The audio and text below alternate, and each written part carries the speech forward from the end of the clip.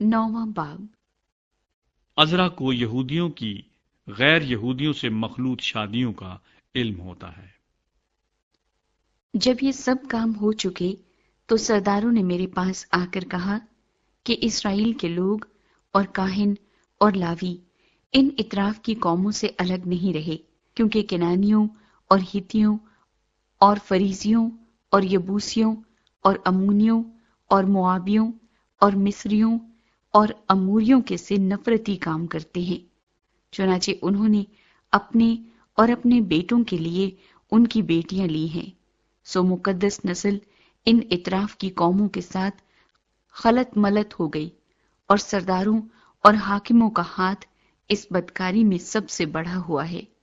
जब मैंने ये बात सुनी तो अपने पैरहन और अपनी चादर को चाक किया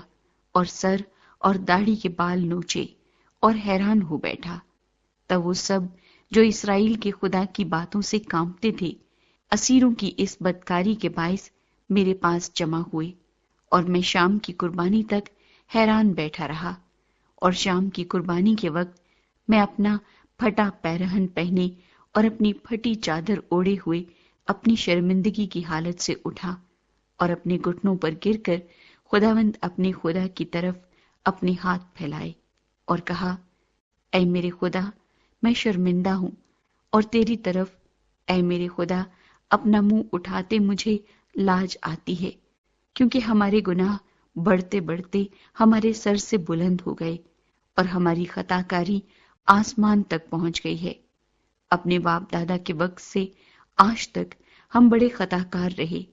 और अपनी बदकारी के बायस हम और हमारे बादशाह और हमारे काहिन और मुल्कों के बादशाहों और तलवार और असीरी और गारत और शर्मिंदगी के हवाले हुए हैं, जैसा आज के दिन है। अब थोड़े दिनों से खुदावंद हमारे खुदा की तरफ से हम पर फजल हुआ है, ताकि हमारा कुछ बकिया बच निकलने को छूटे, और उसके मकाने मुकद्दस में हमको एक खोंटी मिले,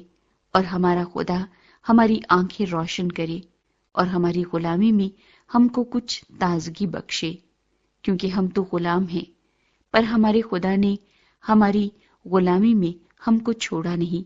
बल्कि हमको ताजगी बख्शने और अपने खुदा के घर को बनाने और उसके खंडरों की मरम्मत करने और यहूदा और यरूशलेम में हमको शहर पनाह देने को फारस के बादशाहों के सामने हम पर रहमत की। और अब ऐ हमारे खुदा, हम इसके बाद क्या कहें, क्योंकि हमने तेरे उन हुक्मों को तर्क कर दिया है जो तूने अपने खादिमों यानी नबियों की मार्फत फरमाए कि वो मुल्क जिसे तुम मिरास में लेने को जाते हो और मुल्कों की कौमों की नजासत और नफरती कामों के सबब से नापाक मुल्क है, क्योंकि उन्होंने अपनी नापाकी से उसको इस सिरे से उस सिरे तक भर दिया है। सो तुम अपनी बेटियां उनके बेटों को न देना, और उनकी बेटियां अपने बेटों के लिए न लेना, और न कभी उनकी सलामती या इकबालमंदी चाहना,